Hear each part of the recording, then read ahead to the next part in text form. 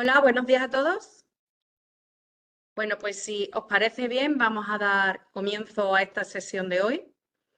Ya somos muchísimos los que estamos conectados y poco a poco irán conectándose más, teniendo en cuenta el número de personas que se habían inscrito a esta sesión. Y vamos a dar comienzo. Son poquitos minutos los que hemos dado de cortesía, pero ya es el momento. Me voy a presentar, mi nombre es María Luisa Binsat, técnico de la Federación Onubense de Empresarios, y quiero daros a todos, para comenzar, daros la bienvenida a este nuevo seminario que se va a impartir en el día de hoy y que lleva por título Nuevas obligaciones en materia de sostenibilidad. Y concretamente nos hacíamos referencia a los planes de sostenibilidad, como así pude hablar con Francisco y ahora os lo va a contar él. Este seminario va a ser impartido por Francisco Martínez López y Antonio Montaño Valle. Para los que no los conozcan, yo entiendo que los que son de Huelva sí lo conocen, pero para los que no los conozcan, ya os puedo decir que Francisco tiene un currículum muy extenso. Nos llevaríamos bastante tiempo para desarrollar este currículum, pero a modo muy de resumen, os puedo decir que es catedrático de Economía Financiera y Contabilidad de la Universidad de Huelva e imparte docencia desde hace más de 25 años. Doctor en Ciencias Económicas y Empresariales y especializado en Sistemas de Información y Tecnologías. Antonio Montaño Valle, que será quien dé la segunda parte de este seminario. Comenzará Francisco y continuará Antonio. Es doctor por la Universidad de Huelva con la tesis La estrategia de sostenibilidad como fuente de ventajas, modelo de integración de los recursos naturales 2015 y consultor experto en sostenibilidad en empresas de diferentes sectores. Deciros también, y muchos lo sabéis porque muchos os repetís los que estáis aquí, deciros que este seminario se enmarca dentro del proyecto CEA más Empresa, que está financiado por la Junta de Andalucía y que en esta ocasión la entidad encargada de la organización del mismo, pues la Federación Onubense de Empresarios. Por último, deciros, y siempre en relación con la dinámica que vamos a llevar a cabo, es que lo normal será que las preguntas se hagan al final, en el chat, y al final se irán resolviendo, a no ser, bueno, pues que Antonio en un momento determinado o Francisco, pues no le importe que le cortéis y hagáis la intervención. Para terminar, me gustaría darle paso a Francisco, que va a ser quien se va a encargar de la primera parte. ¿Es así, verdad, Francisco? Sí, sí, perfectamente. Es así, te vas a encargar de la primera parte y al final, pues os pasaremos una encuesta muy rápida de rellenar. Como siempre digo, esta encuesta es para mejorar, es muy rapidita, en menos de un minuto está contestada y tanto la presentación que se va a utilizar como el vídeo se subirá a la misma página web en la que vosotros habéis hecho la inscripción al seminario. Me parece que no se me olvida nada. ¿Se me olvida algo, Francisco? ¿Tú No, cómo no, quieres que se te todo muy haga? bien. Que se te Todo, hagan las preguntas. Al final, cuando terminemos, las leemos las que están en el chat. Como tú me digas, lo podemos hacer, ¿vale? me es indiferente. Si alguien quiere una cosa muy, lo puede poner en el chat sobre la marcha, yo le contesto y si no, pues también me pueden interrumpir y si no para el final. Me da igual. Sí. Cualquiera de los métodos es bueno. Perfecto. Bueno, pues yo ya mi parte la he terminado porque la verdad es que nos interesa más escucharte a ti que escucharme a mí. Así que cuando quieras, muchísimas gracias. Bueno, pues buenos días a todos y a todas. Encantado de estar una vez más. He tenido la suerte de poder participar más veces en este sistema de formación mediante estos webinars tan interesantes, que incluso he sido alumno de algunos, porque muchas veces hay que aprender y hay que aprender a lo largo de toda la vida. Y hoy pues vamos a tratar un tema en el cual pues nosotros estamos especializados, tanto Antonio Montaño como yo. Tenemos una empresa. Tenemos nuestra sede, además, en la Federación Onubense de Empresarios, en el mismo edificio. Tenemos una empresa que es una empresa de base tecnológica de la Universidad de Huelva, propiedad de la universidad y de nosotros dos y algún profesor más. Y tenemos la posibilidad de ayudar a las empresas en el alineamiento de su estrategia de sostenibilidad, de forma que vayan las empresas mejorando y se vayan adaptando a un sistema que antes era voluntario, ahora ya es cada vez más obligatorio. Por eso hemos creado este webinar, precisamente para ver cuáles son las obligaciones y qué empresas son las que las tienen que cumplir y cómo. Y bueno, pues nosotros nos dedicamos a hacer esto, a asesorar a las empresas y también a certificar. Tenemos un certificado del cual luego hablará Antonio Montaño, para decir que las empresas no están haciendo el famoso greenwashing o lavado verde. Es decir, todo el mundo dice que es sostenible, pero ahora ya hay que certificarlo por una empresa externa. Entonces voy a poner una presentación que también, como hemos dicho, se va a compartir posteriormente y Voy a poner la presentación un segundo a ver si sale perfecta. Bien, no sé si la estáis viendo ya. Sí, sí, se ve perfectamente, Antonio, Francisco. Vale, muy bien. Bueno, pues vamos por lo tanto, a ver la presentación, como digo. La seguís viendo, ¿no? Igual. Sí, sí. Vale. Bueno, pues lo que vamos a analizar es el cambio de normativa y por qué hemos llegado a esto. Es decir, cuál ha sido la causa por la cual hemos ido pues cambiando hacia este modelo de implementación de la sostenibilidad. En primer lugar, el problema de la sostenibilidad es que es algo que no se había tenido en cuenta en los diferentes estudios, en las diferentes formas de crear y de instalar las empresas y las instituciones. Los economistas clásicos fallaron en una cosa y es que decían que los cuatro factores de la producción relacionados con la economía era la tierra, digamos, el capital humano, el capital en cuanto a financiero, así como todas las cosas que se hagan de innovación y estrategia. Pero resulta que se olvidaban de la parte de sostenibilidad. Es decir, cuando alguien diseñaba, bien un ingeniero, es un error tanto del mundo de la ingeniería como del mundo de la economía. Cuando se diseñaba una empresa, lo importante era sacar el producto final y los subproductos, los residuos y otra serie de cosas, pues se podían lanzar libremente o al aire o al agua o desecharlos y tirarlos en algún sitio. Entonces, pues esto se estableció como una fórmula de trabajo habitual y desgraciadamente pues no hemos tenido en cuenta que esas cosas que ocurren después de utilizar nosotros para hacer un desplazamiento en un coche emitimos una serie de gases para una empresa, para determinados procesos productivos pues tiene una serie de subproductos, de residuos, etcétera, etcétera, y eso pues no se había contemplado tradicionalmente en los factores relacionados con el mundo de la economía, se emitían al aire y nos despreocupábamos. El caso es que eso ya no se puede hacer y tenemos que empezar a pensar, porque hay que pensar un poco más a largo plazo. Esto era un pensamiento muy cortoplacista. Las empresas tradicionalmente siempre han intentado construir su futuro. El futuro no se puede adivinar, pero sí se puede construir. Y siempre lo han hecho a través de unas herramientas muy rudimentarias, como son los presupuestos, por ejemplo, que sirven para ver, digamos, el futuro que tú quieres para dentro de un año o tal vez dos.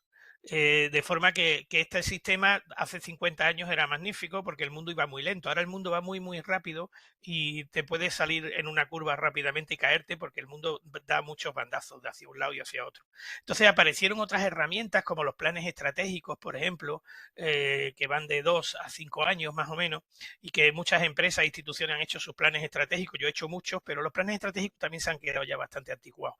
¿Por qué? Pues porque realmente el mundo va todavía más rápido. Entonces puede dar una vuelta, una revuelta, etcétera, y en alguna de esas curvas tu empresa, tu institución se cae. Entonces necesitamos pensar más a largo plazo y para eso están las herramientas de prospectiva a las que yo me dedico, en las que se trabaja en horizontes temporales de 5 a 10, 15, 20 años o los que queramos hacia adelante, ¿no? Pero fundamentalmente entre 5 y 15 años, pues las empresas deben pensar claramente qué es lo que quieren. En ese contexto aparece un problema que Naciones Unidas lo ha ido desarrollando fundamentalmente como gran institución a nivel mundial y que luego capilarmente se ha pasado hacia otras instituciones como veremos luego como a la Unión Europea o a España o a la Junta de Andalucía o a muchos ayuntamientos es decir, y a la propia política de las empresas.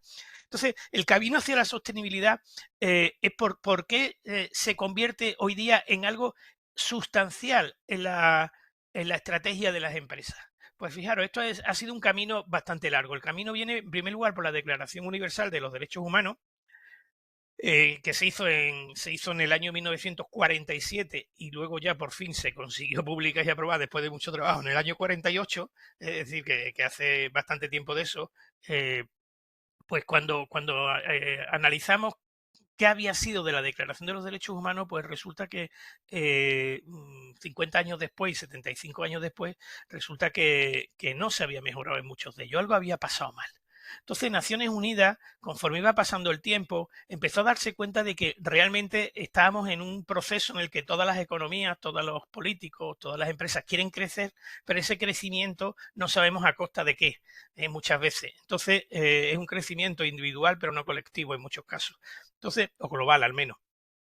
Entonces, Naciones Unidas creó llamado una parte de Naciones Unidas, un departamento de Naciones Unidas, se llama el Club de Roma, porque se reunió ya la primera vez, luego ya no se ha reunido allí más veces, pero bueno, por lo menos se le llamó así, pero es una parte, es un departamento de Naciones Unidas que encargó al Instituto de Tecnología de Massachusetts y a algunos de los investigadores más importantes del mundo, liderados por una profesora, por Donella Meadows, que trabajaba con Forrester. Forrester fue el que hizo el sistema de dinámica del sistema, fue mi profesor, además yo fui alumno pupilo de él. Pues decidieron crear pues un modelo del mundo, fue lo que le encargó Naciones Unidas a un grupo de profesores, entre los cuales estaban, repito, los mejores, probablemente las mejores mentes del mundo, que hicieran, esto a principios de los 70, que hicieran un modelo del mundo en dinámica de sistema, es decir, con ecuaciones diferenciales, en el que metieran unas 2.000 o 3.000 variables relacionándolas entre sí, temas demográficos, medioambientales, climatológicos, de economía, etcétera, etcétera, etcétera, sociales. Bueno, pues tardaron bastante tiempo, pero en el año 1972 consiguieron meter en un ordenador las 3.000 variables más importantes y relacionadas entre ellas mediante dinámica de sistema, pusieron el ordenador a andar y el ordenador iba dando año a año que pasaba. Pero el ordenador, llegado hacia el 2076, 77, en ese rango, el ordenador va y se para. Cuando se para, eso fue una conmoción. Es decir, ¿y por qué? Pues porque tenía ya muchas variables a cero. Es decir, nos habíamos quedado sin recursos. Entonces, este Club de Roma lo que hizo fue escribir un libro, que es el libro más importante que se ha publicado en los últimos 50 años, que se llamó Los límites del crecimiento. Tuvo un impacto inmenso en el mundo científico, pero un impacto nulo en la sociedad, en las empresas y en la política, desgraciadamente. Y lo que venía a decir es que realmente si seguíamos creciendo en el mismo sentido que íbamos, nos íbamos a quedar sin recursos. Entonces teníamos que buscar alternativas sostenibles. Y ya la palabra sostenibilidad empieza a utilizarse.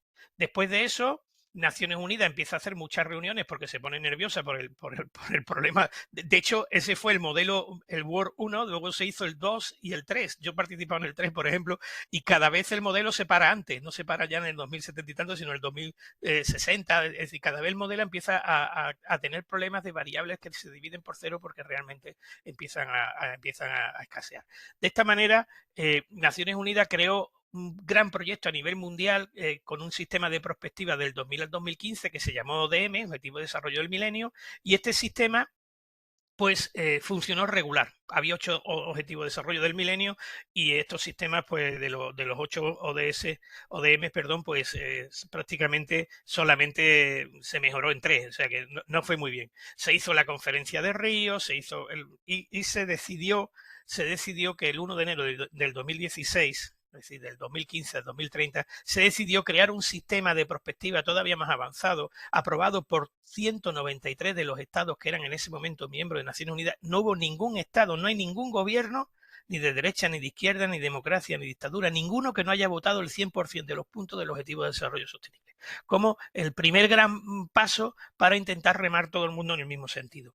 Esto está en funcionamiento, hay más de 100 millones de personas trabajando en el ámbito de los Objetivos de Desarrollo Sostenible, que son 17, la gente piensa que están muy relacionados con el tema medioambiental, pero medioambientales hay 4, sociales hay 8, económicos hay 4 y uno de integración de todo. Entonces, bueno, pues ese es digamos, el modelo hacia el cual todo el mundo tiene que llegar. Son 17 objetivos, 169 metas. El problema es que no son ni obligatorios ni coercitivos, es decir, las Naciones Unidas no tiene poder coercitivo, no tiene una policía, no tiene un sistema judicial, no tiene, es decir, no tiene poder para obligar a las personas, a las empresas, a las instituciones, etcétera, que sean coercitivos.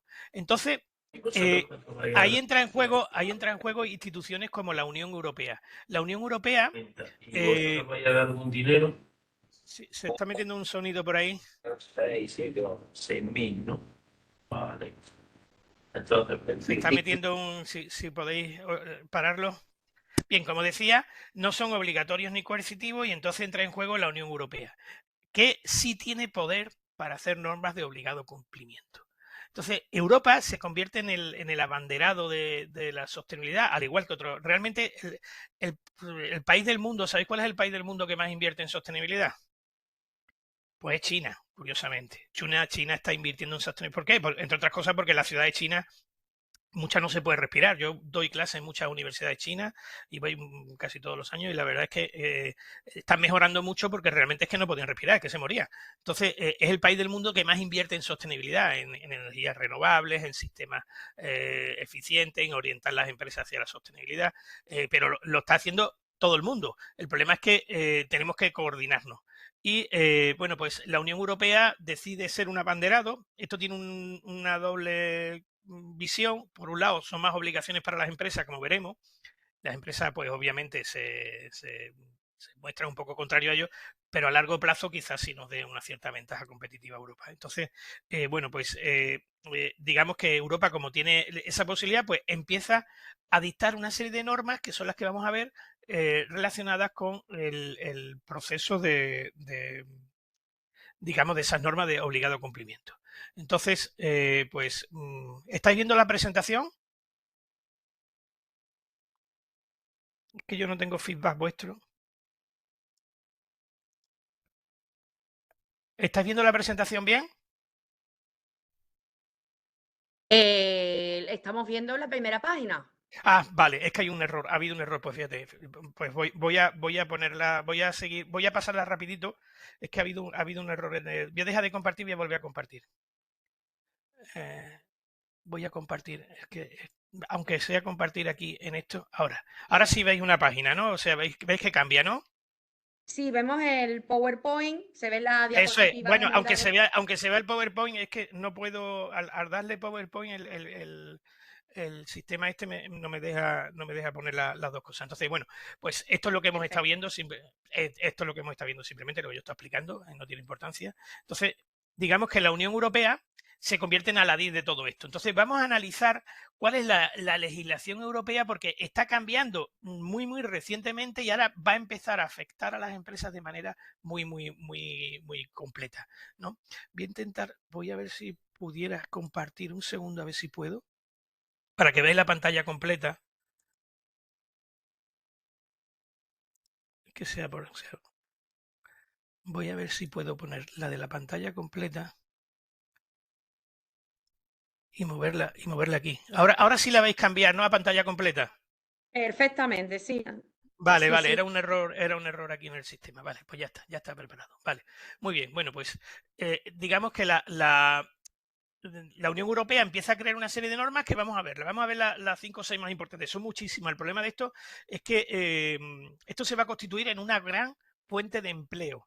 Es decir, se necesitan muchas personas, luego lo veremos más adelante, se necesitan muchas personas para ayudar a las empresas en esta materia, porque es muy complejo y la empresa por sí misma no puede resolverlo. Necesita tener gente que sean especialistas en sostenibilidad y en la legislación de sostenibilidad para la realización de las obligaciones que ya tienen que hacer las empresas y que van a tener que hacer algunas empresas más. Entonces, como digo, pues esto es una fuente de empleo inmensa y en un doble sentido. Uno, ayudar a la empresa y dos, certificar que la empresa está cuando hace su memoria de sostenibilidad, que ahora veremos en qué consisten, esas memorias de sostenibilidad, las empresas pues tienen que certificarlo de alguna manera, ¿vale? Bien, bueno, pues la primera directiva es la directiva de 2022 que modifica todas las normas anteriores e intenta meterlas todas para la presentación de información sobre sostenibilidad por parte de las empresas. Las empresas tienen que parecer y ser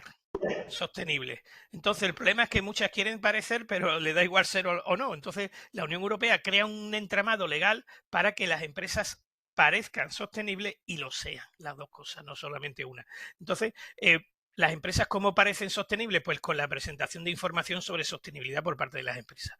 Esto es un esfuerzo que hace la Unión Europea importante, que mejorar la transparencia y la responsabilidad de las empresas en temas de ESG. Los ESG son la E environmental, ambiental, social y la G de gobernanza o de gobierno.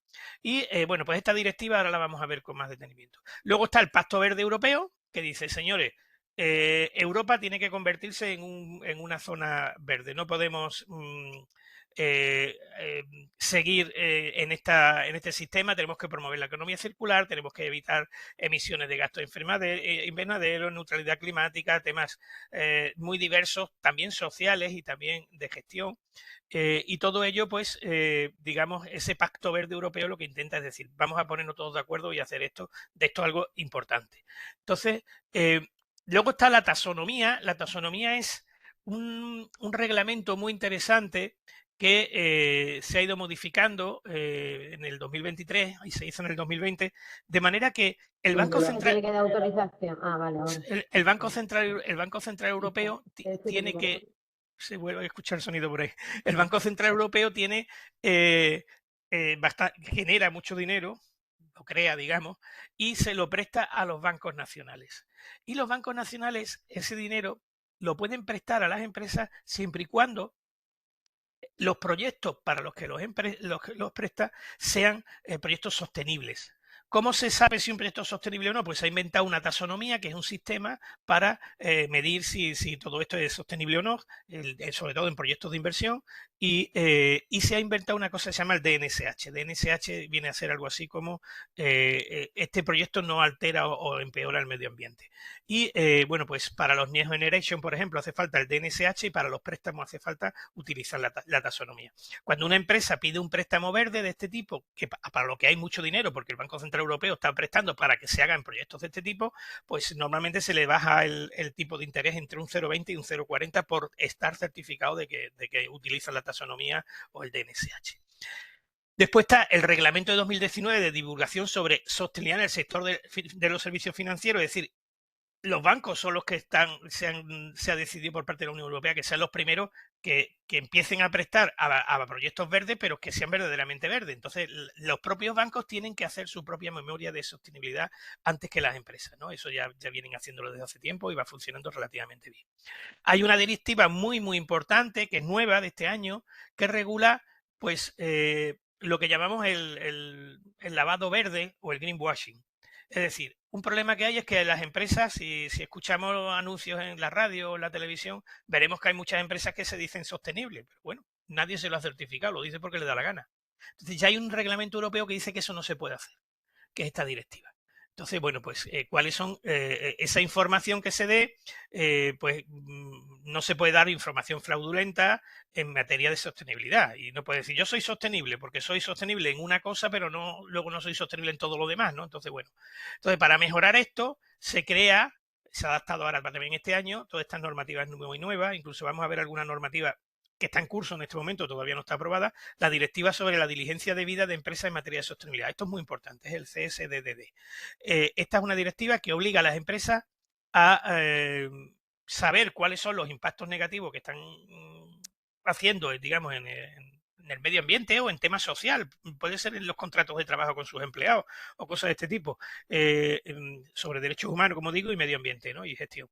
Entonces, bueno, pues esta es la que dice qué cosas hay que hacer, ahora las vamos a ver, y luego pues tenemos un entramado legal muy complejo y el problema de todo esto es que para que las organizaciones alineen su estrategia con la sostenibilidad, pues necesitan utilizar estos criterios de ESG, environmental, social y de gestión, y bueno, pues el problema es que hay una enorme complejidad de la legislación. Enorme complejidad. Aquí tenemos las directivas, las publicaciones de las directivas. Está en la directiva sobre informe de sostenibilidad corporativa. Este es el que dice cómo hay que hacer el informe, que ahora vamos a ver, que se basa en unos estándares europeos de los informes de sostenibilidad. Es decir, el informe de sostenibilidad tú no puedes hacerlo como te dé la gana, sino que tienes que hacerlo con unos puntos concretos, con una forma, y además se va a hacer en un sistema informático, con un lenguaje informático que se llama el XBRL, que es el que se utiliza tradicionalmente para las transacciones de carácter financiero, que se ha exportado, digamos, la parte financiera a la sostenibilidad. Entonces se utiliza este sistema. Bien, bueno, pues, ¿cuál es el calendario de implantación? Es decir, las empresas que quieran realizar, que tienen que realizar, o cuáles son las empresas que tienen que realizar y qué tienen que hacer. Bueno, pues en Europa está la directiva, como hemos dicho, de presentación de informes sobre sostenibilidad, que son lo que llamamos la CSRD, y están las normas europeas de información sobre sostenibilidad. Bueno, pues el CSRD decir, la Directiva Europea sobre cómo presentar la información de sostenibilidad, entró en vigor el 5 de enero de 2023, pero todavía no se está aplicando, ¿eh? No hay que ponerse nervioso. Es decir, que para las empresas se va a hacer el siguiente calendario. En este año, 2024, las empresas muy grandes están elaborando sus memorias para publicarlas en 2025, pero con datos del 2024. Por eso ponemos ejercicio 2024. Actualmente creemos que en Europa hay unas 11.700 empresas de este tipo, que son muy grandes y que van a ser las primeras en tener que realizar su CSRD, su informe de sostenibilidad, en Europa. Y además lo van a tener que hacer en un sistema para que se pueda comparar una empresa con otra o se puedan sumar los datos de unas empresas, se puedan consolidar, etcétera, en un lenguaje informático que ya se utiliza mucho en la contabilidad y en los temas financieros. Para el ejercicio 2025, para el año que viene, que se publicará, porque se irá trabajando durante el 2025 y se publicará de los datos de ese 2025 ya en el 2026, van a ir las grandes empresas, no las muy grandes empresas, sino las grandes. ¿Cuál es el criterio para una gran empresa? Pues fijaros, esto se ha bajado muchísimo. Un volumen neto de negocio superior a 50 millones de euros, 25 millones de euros en activos en el balance. Esto cualquier empresa constructora, cualquier empresa, aunque sea muy pequeña, lo cumple, ¿eh? O 250 empleados. Es decir, que realmente lo que ocurre es que las empresas, pues muchísimas de ellas no saben que van a tener que hacer esto y van a tener que empezar a prepararse dentro de 2 meses porque los datos son los del 2025 para publicarlo en el 2026. No podemos dejarlo para el 2026, sino hay que irlo preparando en el 2025 porque son los datos de ese año que entra ahora. En el 2026 van a entrar, aparte de estas empresas que son medianas y grandes, llamémosle así, van a entrar, ahora vamos a ver qué ha hecho el gobierno español. Esto es lo que dice la Unión Europea. En el 2026, las pequeñas y medianas empresas que cotizan en mercados, digamos, que cotizan en bolsa, hay una bolsa en España y en toda Europa para las pymes. Bueno, pues las empresas que cotizan en esas pymes con independencia de lo que facturen, de los empleados que tengan, etcétera, aunque sean muy pocos, tienen ya que hacer para el año 2026, que lo publicarán en el 2027 y en ese periodo hacia adelante, las empresas, digamos las pymes, aunque sean muy pequeñas. Y a partir del 2028, las empresas que no tienen su sede central en Europa, pero que trabajan en Europa, que son muchísimas, también lo van a tener que hacer. Si me apura, menos las empresas muy pequeñas que facturen menos de 50 millones, todas las demás van a tener que hacer, ya sean extranjeras, españolas, ya sean del tipo que sea. Si miramos esto bueno, voy a saltarme, voy a poner una tabla en un segundo, voy a poner aquí la tabla. Esto es lo que el gobierno español ha aprobado en el Consejo de Ministros hace escasamente 3 semanas, pero todavía no está convalidado. Este es el proyecto. Este es el proyecto de ley de información empresarial sobre sostenibilidad, que se va a llamar LIES, que es una transposición de esta normativa que estamos viendo de CSRD europea. En el fondo es lo mismo. Entonces, fijaros que en la tabla tenemos que irnos a la columna de nuevo y digamos que la anterior es la de 2018. En el nuevo, pues se entiende que una pequeña empresa es aquella que tiene un activo de 5 millones, un volumen neto de negocio hasta 10 millones y un número de empleados hasta 50. Esas de momento no tienen que hacer el informe de sostenibilidad, de momento. Las empresas medianas, todas. Y las empresas grandes, todas. De hecho, si os fijáis, los totales de activos, de volumen neto de negocio y el número de empleados en empresa mediana y en empresa grande se han puesto los mismos. Es decir, prácticamente cualquier empresa que tenga, que tenga 25 millones de activos en su balance, que son muchísimas, repito, cualquier empresa que tenga 3 locales o 4, una instalación o lo que sea, tiene más de 25 millones. Que tenga un volumen neto de negocio más de 50 millones o que tenga un número de empleados por encima de 250. Estas, como digo, ya van a tener que hacerlas, sean grandes o medianas. Y de las pequeñas, repito, las cotizadas en bolsa también.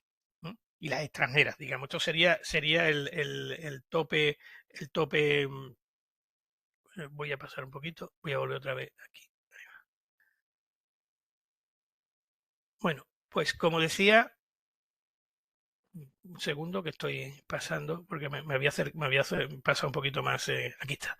Bien, la CSRD se sustenta en 12 estándares europeos sobre sostenibilidad. en 12 estándares donde se mide los aspectos generales, los ambientales, los de gobernanza y los sociales, ¿eh? Y más o menos se estima que más de 50.000 empresas van a necesitar en Europa hacer de aquí a un par de años o 3, como mucho o menos, van a necesitar hacer fundamentalmente el grueso grande empieza a hacerse en el 2025 y se tiene que publicar en el 26, donde van las medianas y las pequeñas. Entonces, más de 50.000, muchas de ellas españolas, como digo. Entonces, se va a necesitar una cantidad inmensa de profesionales, que no los hay todavía, que ayuden a las empresas a hacer esto. Y luego hay que certificar, como veremos, ese informe, que lo tiene que hacer una entidad externa, que tampoco hay mucho. Ahí ahora veremos que los auditores de cuentas y el ICAS, el Instituto de Contabilidad y Auditoría de Cuentas, y el Registro de Auditores de Cuentas, se le va a cambiar el nombre y se le va a poner también verificadores de sostenibilidad, y pues van a poder hacerlo los auditores y otro grupo de personas. Ahora lo veremos. Entonces, bueno, pues los aspectos, los estándares son, hay una serie de requisitos generales que tienen que cumplir las empresas, de qué cosas van a hacer o cómo se han organizado, etcétera, y los contenidos generales de su forma de medir las cosas, etcétera, fundamentalmente los KPI, etcétera. Y luego ya en concreto tienen que reportar sobre cambio climático, sobre contaminación, sobre recursos hídricos y marinos, sobre biodiversidad y ecosistema, y qué uso hacen de los recursos, lo que se llama el consumo y la producción responsable en los ODS, y la economía circular. También cuál es la conducta empresarial, que es el ESRG G1, y luego los sociales, la fuerza laboral, si la cuida, cómo la cuida, qué cosas, eso hay que reportarlo, que si tiene hoy día las empresas tienen una serie de obligaciones en materia de género, en materia de acoso, en materia de muchos aspectos que realmente hay que hacer otros informes, y esos informes tienen que ir también reflejados en esta memoria.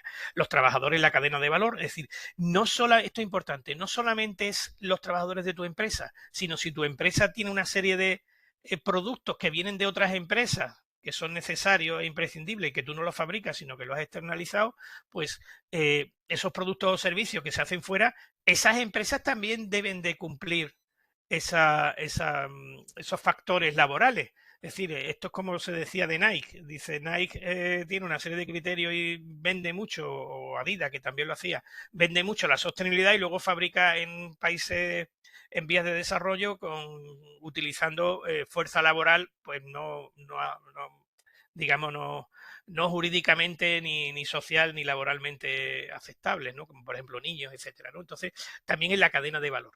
¿Cuáles son las comunidades afectadas y cómo se relaciona con los consumidores y usuarios para mejorar esto? Esos serían los 12 estándares en los cuales hay que trabajar. ¿Vale? Entonces, bueno.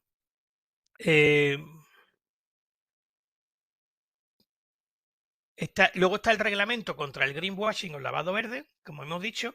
Esto es importante. Las empresas ya no pueden decir que son sostenibles, porque este reglamento ya está en vigor, y lo que tienen que decirlo es a través de una memoria qué hacen y qué no.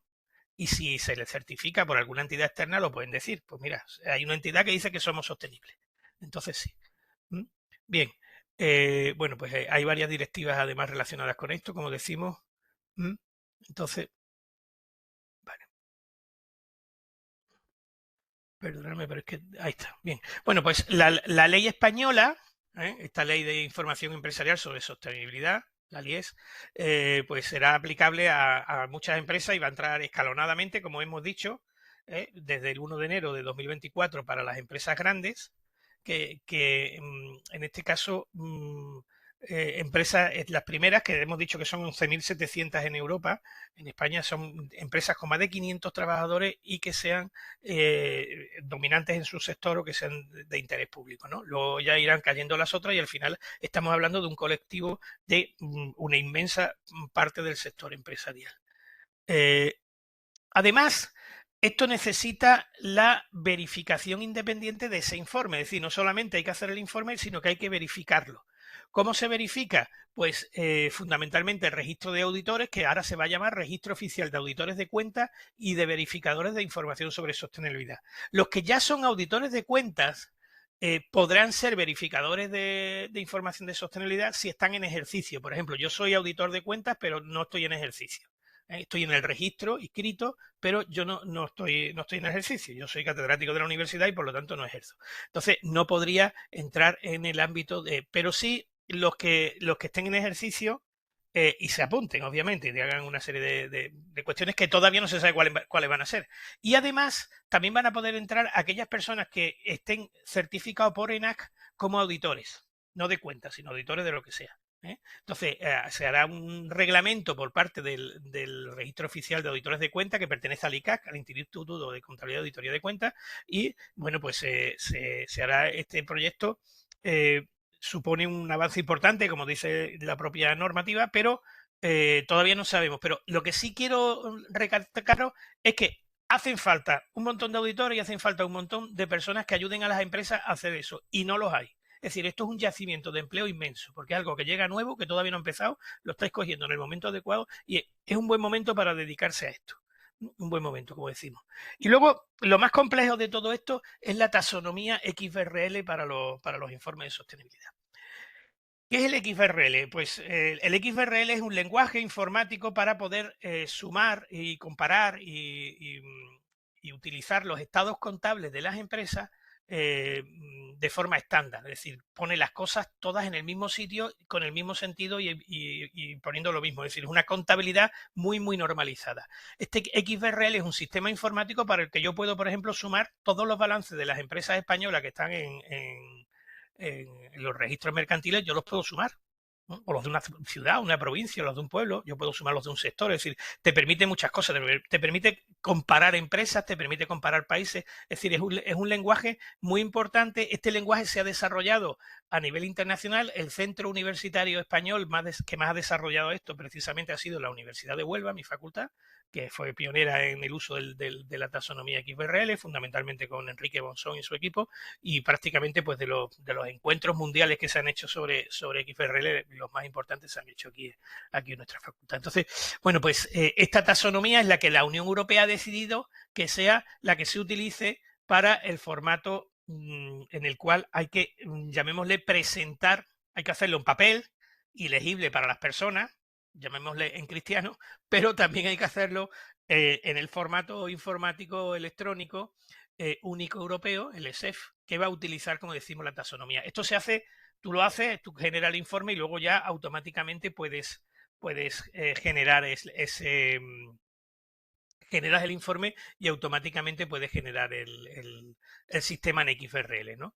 Entonces, bueno, eso es un punto en el que también hay que trabajar. También falta profesionales informáticos que sepan hacer esto. Habrá unos programas que las propias memorias, al meterlas, ya se hagan. Esto ocurre lo mismo que con la contabilidad o con la facturación, por ejemplo, y el lenguaje EDIFACT. Hay un lenguaje que se llama el EDIFACT para el intercambio en el comercio, el transporte, etcétera, a nivel internacional, de forma que las facturas entre las empresas se mandan por intercambio electrónico de documentos y no se mandan en un formato legible para las personas, para que lo entienda no ya un ordenador, sino una aplicación. Es decir, yo le mando de mi programa de contabilidad, le mando una factura o de facturación, se lo mando a otra empresa y esa factura la entiende el programa de contabilidad de la otra empresa y la contabiliza solo. Pues se trata de eso, tenemos esos lenguajes que van surgiendo como el XBRL o el EDIFACT para el EDI y el XBRL para la contabilidad y ahora también para la sostenibilidad, ¿no? Entonces, bueno, esperemos que esto funcione bien y que sea un avance sustantivo. Entonces, en el fondo estamos caminando hacia un nuevo modelo de gestión de sostenibilidad. Aquí hay mucho empleo.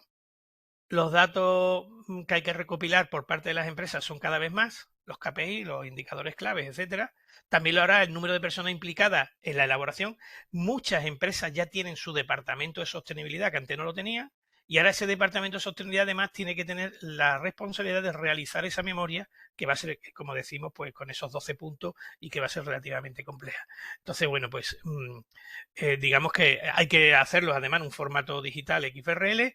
Y la información sobre sostenibilidad tiene que ser auditable, o sea, tienes que tener todo lo que ponga en la memoria de sostenibilidad, tienes que tenerlo amparado en documentación, lo cual quiere decir que hay que tener alguien que esté en la empresa dedicado a esto, ¿no? Y certificable por estos auditores autorizados que hemos dicho. Y esto es un tema que afecta a toda la empresa, afecta a los CEO, es decir, a los directores generales, afecta a los directores financieros, los directores de información y a los nuevos directores de sostenibilidad que va a haber en casi todas las empresas. Entonces, bueno, pues, como digo, esta es lo importante, y ahora aquí lo realmente relevante es que ya a través de la directiva de greenwashing, a través de todo esto, lo importante ya es que no es que la empresa lo haga, es que se certifique por una entidad tercera, ¿no? Entonces, ahora mi compañero y presidente de la empresa de base tecnológica, la International Council of QoS, que es la persona que va a participar ahora, pues va a explicar esa parte de certificación en la que él es Francisco, especialista. disculpa, mira, perdóname que te interrumpa, pero es que de tu parte solamente hay una duda, una consulta, y entonces Ah, quizás venga, vale. sería interesante, la resolvemos ahora, ya pasamos con la segunda parte, ¿te parece? Perfecto.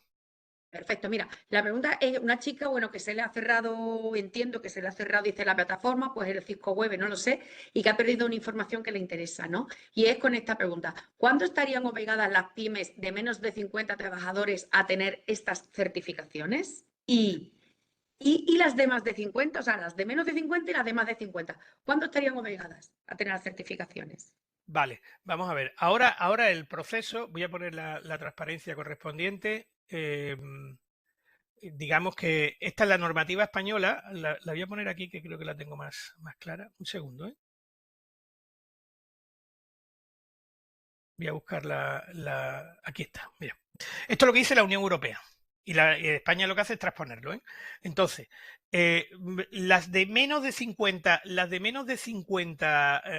trabajadores, de momento no tienen que hacerla, salvo que tengan más de 50 millones de euros de facturación neta o que tengan en el balance más de 20 millones de activos. Entonces, ¿qué ocurre? Pues que las empresas no van a entrar por el tema de los trabajadores, van a entrar por el tema de la facturación. Es que cualquier empresa factura 50 millones, hay muchísimas empresas que facturan. Y lo mismo ocurre con el tema del volumen de negocio, volumen neto de negocio. Entonces, como esto es un reglamento que España está en este momento, una ley que en España está en este momento en tramitación, esto ni siquiera, esto lo ha aprobado ya el Consejo de Ministros, pero todavía no ha pasado al Parlamento. A lo mejor, que yo creo que lo podría hacer el Parlamento, aunque la Unión Europea no lo ha puesto así, pero que digan que sea I. Aquí el problema es si es O o I. Entonces, si es I que cumpla los tres requisitos, pues las empresas que facturen más de 50 millones, tengan un volumen neto de más de... o sea, que facture más de 50 millones, 25 millones en activo o 200, en vez de O, I. 250 empleados. Esto la ley lo tendrá que recoger en los próximos 2 meses. Pero realmente ahora mismo las empresas de menos de 50 trabajadores no lo tienen que hacer. Pero muy probablemente a partir del 2027-28 la Unión Europea lo va a obligar. Es decir, que todo eso depende, con la normativa actual no lo tienen que hacer. Ni este año, ni el año que viene, ni el otro. Pero sí lo tendrán que hacer más adelante. Pero hay que mirar si cumplen el criterio de facturación o el criterio de, son tres criterios, o el criterio de activos en el balance. Por el activo en el balance es donde más empresas van a entrar. Entonces, bueno, pues esas son las características. No obstante, aquellas empresas, aunque sean pequeñas y tengan 3 trabajadores y facturen 3 millones de euros, si están en algún sistema, en algún mercado de cotización, en España hay un mercado de cotización de bursátil de pymes, si están ahí, es obligatorio que lo hagan también para el año 2026, publicándolo en el 2027. ¿Vale? Francis, ¿y las empresas que tienen más de 250 trabajadores Esas tienen que hacerlo todas, obligatoriamente? obligatoriamente, esas van ya todas en el cupo del 2025. Todas, el 100%. Perfecto. Bueno, O sea, pues pasamos a Antonio. en el 2024 son empresas de más de 500, que son esas 11.700, y en el 2025 ya todas van ahí. ¿Vale? Perfecto. Bueno, pues pasamos a Antonio. Muy bien, pues le doy la palabra a mi compañero Antonio, que como digo es el presidente, mi jefe, y él es y yo soy el presidente del Consejo Asesor y él es el presidente de la empresa. Entonces, pues él va a explicar la parte de certificación en la que es uno de los grandes especialistas que tenemos en España. ¿Él está contigo? No, está, Pues no está, lo veo yo aquí.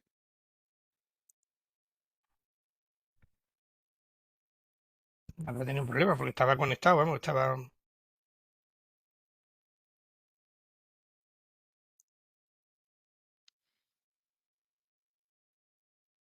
Lo voy a llamar, pues no sé qué le había pasado.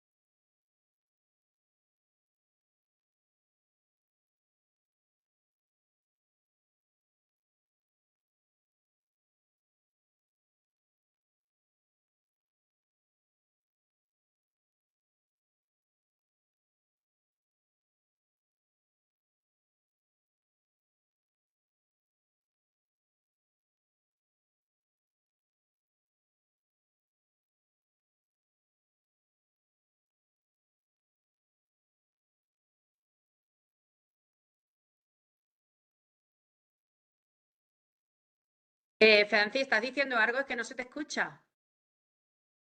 Perdón.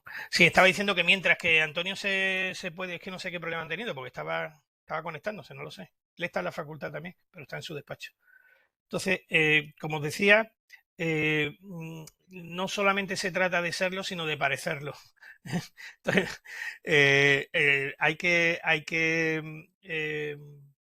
digamos, certificar que uno cumple una serie de requisitos que la Unión Europea y el gobierno español están poniendo. A esto hay que unir, que no lo he nombrado porque no daba tiempo tampoco en esta sesión, el tema de la economía circular. Hay una normativa andaluza muy importante, tenemos en Andalucía una normativa de obligado cumplimiento sobre economía circular, que también es de gran relevancia. Esa economía circular pues nos lleva a digamos, esa normativa ya andaluza, de aplicación en Andalucía, nos llega a que las empresas no pueden pues tirar sus productos, los residuos, y tienen la obligación de seguir una serie de circuitos, hay una serie de obligaciones por esa ley de economía circular que no he nombrado, pero que realmente también es muy importante y que es una parte de esa sostenibilidad y que en Andalucía se ha optado por esta. La sostenibilidad tenemos que decir que a la larga es rentable, es decir, las empresas que aportan o que se apuntan en el ámbito de la sostenibilidad, a medio y largo plazo, nuestra experiencia y las estadísticas que existen a nivel internacional nos dicen que son empresas que suelen ir mejor que las demás. Nuestra experiencia es que nosotros hemos certificado a muchísimas empresas, muchísimas, importantes, y pues de esas empresas que hemos certificado, nosotros lo que notamos es que las empresas mejoran bastante en su comportamiento de trabajar y que a la larga esas empresas suelen crecer y funcionar mucho mejor. Nosotros hemos certificado desde empresas muy, muy, muy grandes, tipo, por ejemplo, pues hoteles Ilunion, que son muy, muy sociales, o pues, por ejemplo, el Grupo Borne. El Grupo Borne se va a convertir en uno de los grandes grupos alimentarios de España y de Europa. ¿Por qué? Porque ha apostado por una estrategia de sostenibilidad. Nosotros le hemos ayudado a hacer su memoria y su plan estratégico de sostenibilidad y lo hemos certificado entero, todos sus centros productivos, que tienen muchísimos, y ha optado por un modelo de calidad sostenible en sus productos y es una empresa que va a crecer y va a ser una empresa modélica y muy importante en todo el mundo, ¿eh? Entonces, bueno, pues este tipo de empresas también lo hacemos mucho con el sector agroalimentario andaluz. Hemos certificado muchísimas cooperativas, grandes cooperativas que facturan, muchas de ellas están dentro de este grupo que van a entrar ya en el 2025 a hacer la memoria de sostenibilidad, que facturan muchas de ellas 200, 300 millones y que tienen 600, 500 empleados y que, bueno, pues estas cooperativas, pues hemos hecho un proyecto con la Federación de Cooperativas Agroalimentarias, haciendo una gran cooperativa de cada provincia andaluza y tenemos otras muchas y también notamos cómo ese sector en concreto se está adaptando claramente al ámbito de la certificación. Además, también comentar que en el ámbito de la sostenibilidad, las empresas tienen que tener personas que sean especialistas en este campo. Es decir, por eso yo hacía mucho hincapié en la parte relacionada con el empleo. Es decir, las empresas, igual que las empresas se han dotado de los DPD, de los delegados de protección de datos, o se han dotado de otra serie de profesionales que antes no estaban y que ahora sí están, pues en la empresa el departamento de sostenibilidad además es un departamento que va a ir creciendo en la estructura jerárquica de la empresa. Hay determinadas cosas, por ejemplo, los directores de informática ya dependen directamente del director general en casi todas las empresas en España. Los departamentos de logística, que antes eran algo muy raro, que no existían o que si existían dependían de otro departamento, ahora también ya han entrado en el Consejo de Administración, en la Junta Directiva de las empresas y dependen directamente del director general porque la logística se ha convertido en algo muy importante. Pues el siguiente paso en este escalar dentro del ámbito de la estructura jerárquica de la empresa es precisamente el ámbito de la sostenibilidad. Es decir, en las empresas hace falta profesionales y departamentos de sostenibilidad, que no serán departamentos muy grandes, pero sí muy importantes, y que pues deben depender directamente del director general o de un staff. Este es un problema que las empresas a veces no abordan, el tema de los staff.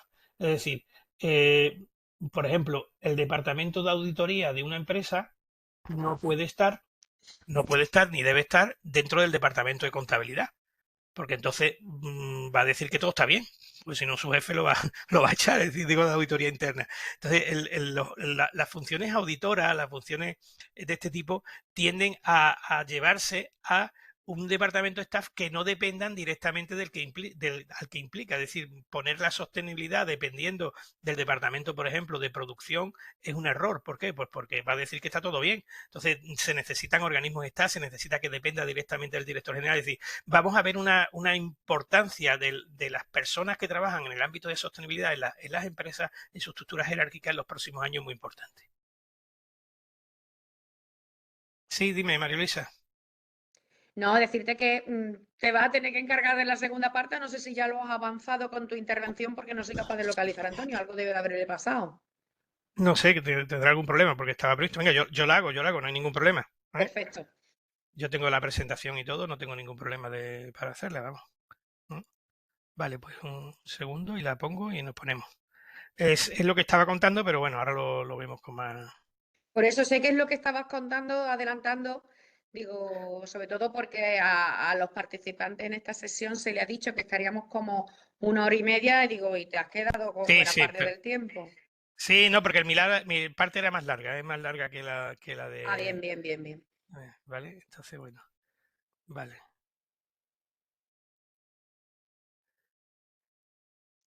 ¿Tú tienes la presentación de Antonio? Sí, sí la tengo. Vale, yo la tengo también, pero es que ahora mismo no. Ya sé dónde la tengo, espérate.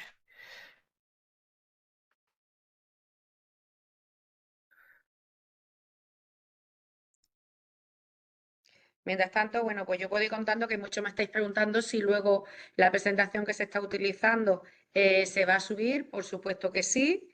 El vídeo también. Otra de las muchas consultas es si os damos un certificado de asistencia. El certificado de asistencia, una vez que habéis terminado, lo podéis obtener en la misma página web en la que hiciste la inscripción. Hay un apartado que dice certificado de asistencia. Este certificado pincháis y automáticamente sale. Eso sí, lo que exigimos es que como mínimo esté algo más del 50% de la duración del webinar, que estéis conectados. En el caso de que el tiempo sea inferior, ese certificado no sale. Es que lo aprovecho la ocasión, ya que tengo este hueco, porque la verdad que es una consulta que se hace bastante a menudo.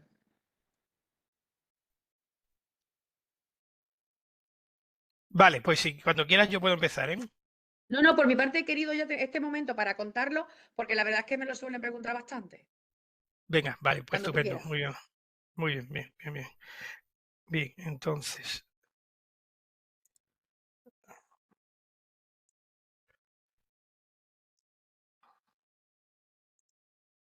voy a compartir, con vuestro permiso, la presentación de Antonio.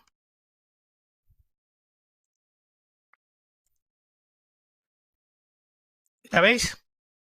Sí, perfectamente. Vale, bueno, pues vamos a hablar un poco de por qué hay que certificar ese comportamiento.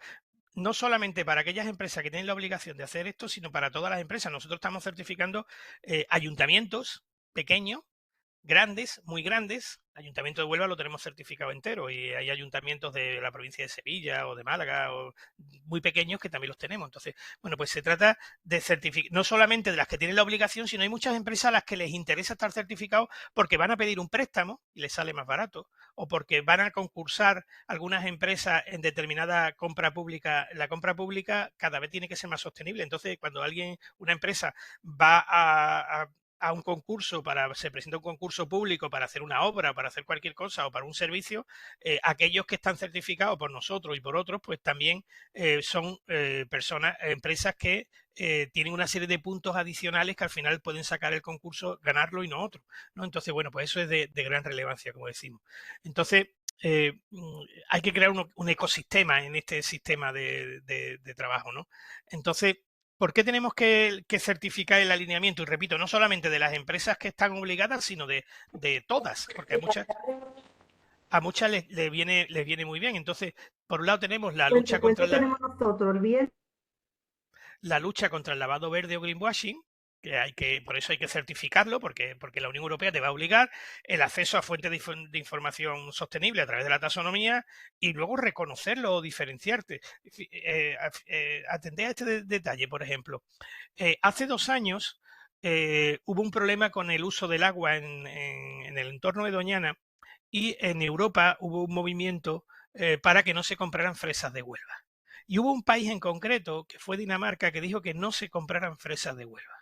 Nosotros le enviamos al gobierno danés una certificación de una cooperativa inmensa de Huelva, se llama Cuna de Platero, que factura más de 100 millones de euros y gestiona unos 600.000 kilos diarios de frutos rojos en campaña, muy grande, con muchísimos empleados y muchísimos socios. Y pues nos pusimos en contacto con el gobierno danés y le dijimos, mira, esta empresa tiene nuestra certificación que se llama QoDS y en ella decimos que no utiliza aguas de pozo, toda es agua superficial, no es agua relacionada con Doñana, no está en el entorno ni en la cuenca. Entonces le explicamos todo y el gobierno dijo, bueno, pues a esta empresa sí le compramos. De hecho, esta empresa, por estar certificada por nosotros, se hartó de vender en ese año productos, por ejemplo, a Dinamarca, porque era la única que podía venderlo, porque estaba certificada. Hoy día tenemos muchas más empresas certificadas en este sector.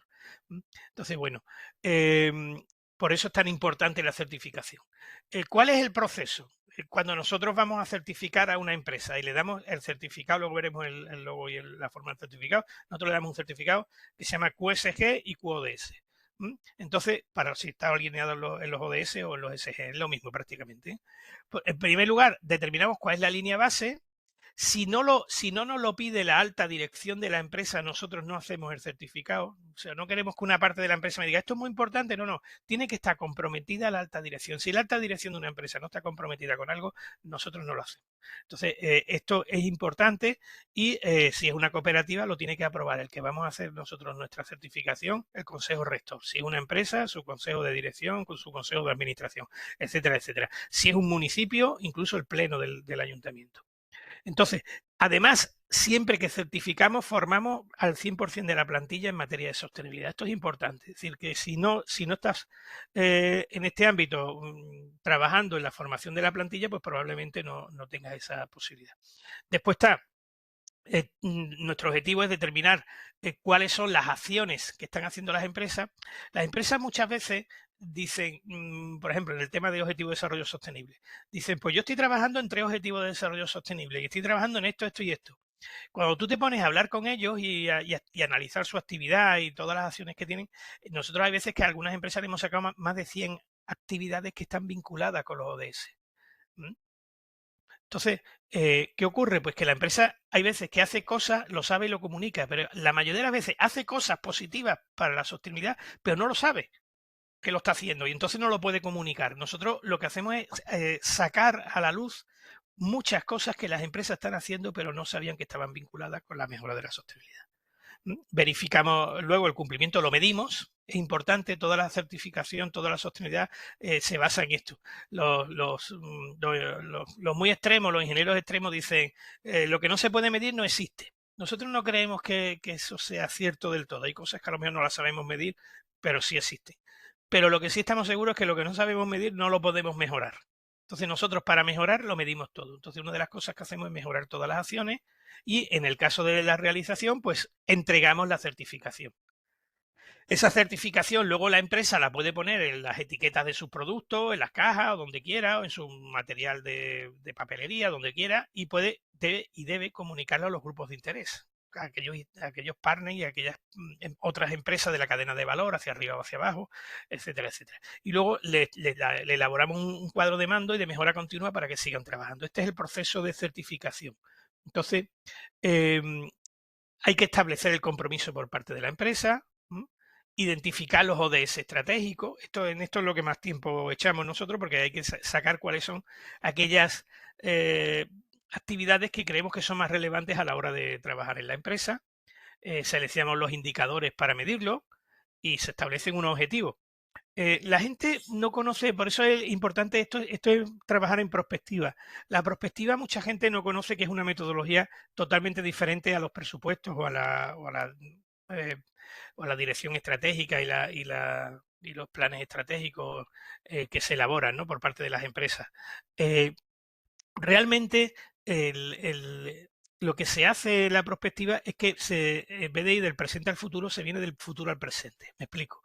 Si yo quiero, por ejemplo, que una empresa para el año 2030 tenga entre sus fuentes de energía un tanto por ciento X, pongamos el 70% de energía, digamos, renovable, pues eso no lo va a conseguir de un día para otro. ¿Qué hacemos? Pues si en el 2030 ese es el objetivo, nosotros decimos, pues en el 2029 debería estar aquí, en el 2028 hacemos una hoja de ruta hasta el 2024. Y eso lo hacemos con todos los indicadores. Esa hoja de ruta. Muchas veces las personas habrán escuchado lo de la Agenda 2030. Está todo el mundo, 2030 es 2030, una mala traducción del inglés. La Agenda 2030, esta agenda que se utiliza mucho por los Objetivos de Desarrollo Sostenible, porque terminan ahí, la gente no sabe lo que es, no tiene ni idea. La Agenda 2030 o 2030 lo que significa es que se establece un valor de cada una de las acciones que uno quiere hacer para el 2030, para el 2029, para el 2028, y te vienes del futuro al presente, no del presente al futuro. Y con eso lo que intentas es establecer una hoja de ruta que te permita trabajar en ese sentido. Eso es lo que se hace, como digo, dentro del ámbito de la certificación. Nosotros le establecemos esa hoja de ruta para cada uno de los indicadores con su valoración numérica. Establecer el nivel de ambición. Esto es muy importante. Esto no es obligatorio. Los Objetivos de Desarrollo Sostenible, incluso salvo la Unión Europea, los informes de sostenibilidad, que lo deberían de hacer todas las empresas, independientemente de que te obliguen o no, pero a las que no se les obliga y a las que se les obliga también, pero no tienen la certificación, por ejemplo, la nuestra, de ESG o de ODS, estas empresas, como no se les obliga, las reglas del juego las ponen ellas. Es decir, si una empresa dice, yo quiero, por seguir con el mismo ejemplo, yo quiero que el 30% de mi energía en el 2030 sea renovable, pues también vale, porque las reglas del juego uno dice 70 y otro dice 30. Y los dos valen. ¿Por qué? Porque se trata de que cada uno ponga sus propias reglas del juego. El listón lo pone cada uno, porque nadie te obliga. Y eso sí, una vez que lo pongas, intenta cumplirlo. Entonces, ese es el nivel de ambición, hasta dónde quieres llegar. Hasta dónde quieres llegar para conseguir eso. Hay que evaluar los indicadores y formar, como hemos dicho. Nosotros formamos a toda la gente en el control interno. Nosotros somos una empresa de base tecnológica, antes éramos una ONG, nosotros cobrábamos muy poco y realmente esto para la empresa no supone apenas gasto ninguno, pero le sirve de mucho. O sea, nosotros esto lo hacemos por ayudar a las empresas. Y luego todo eso, pues hay que comunicarlo a la sociedad. Entonces, nosotros tenemos una herramienta,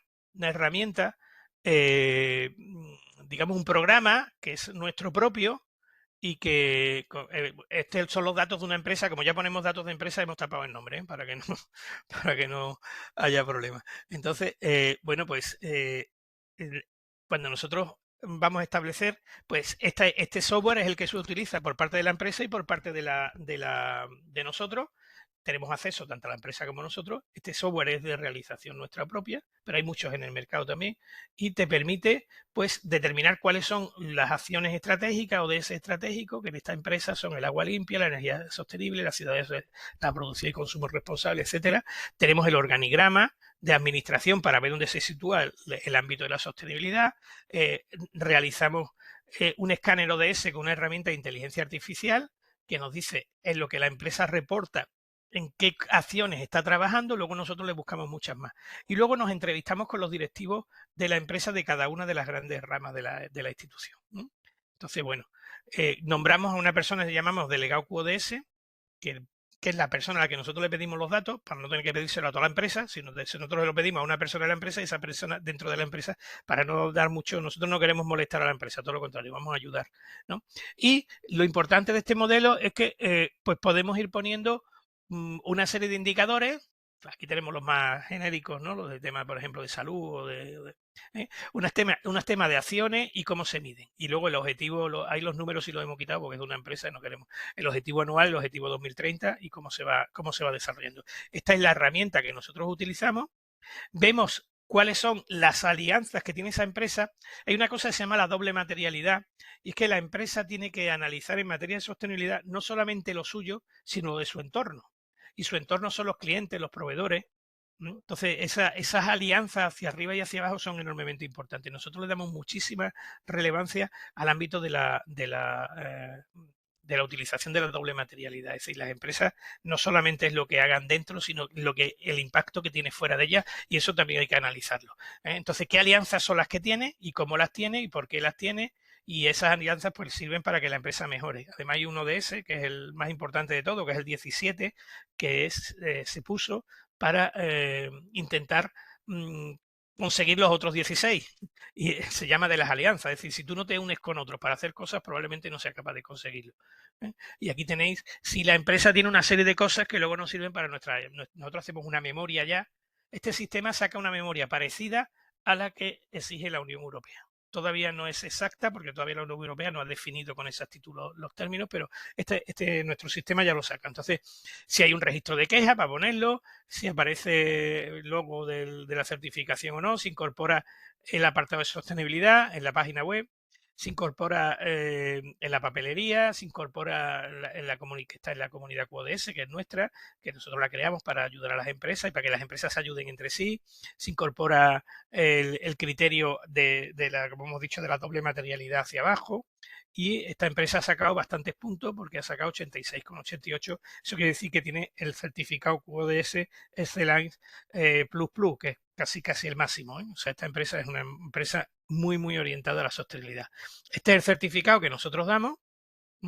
Entonces, bueno, pues se dice la empresa que es y aquí tenéis algunas empresas de las que nosotros hemos ya certificado en algunos de sus campos. Algunas son muy, muy grandes.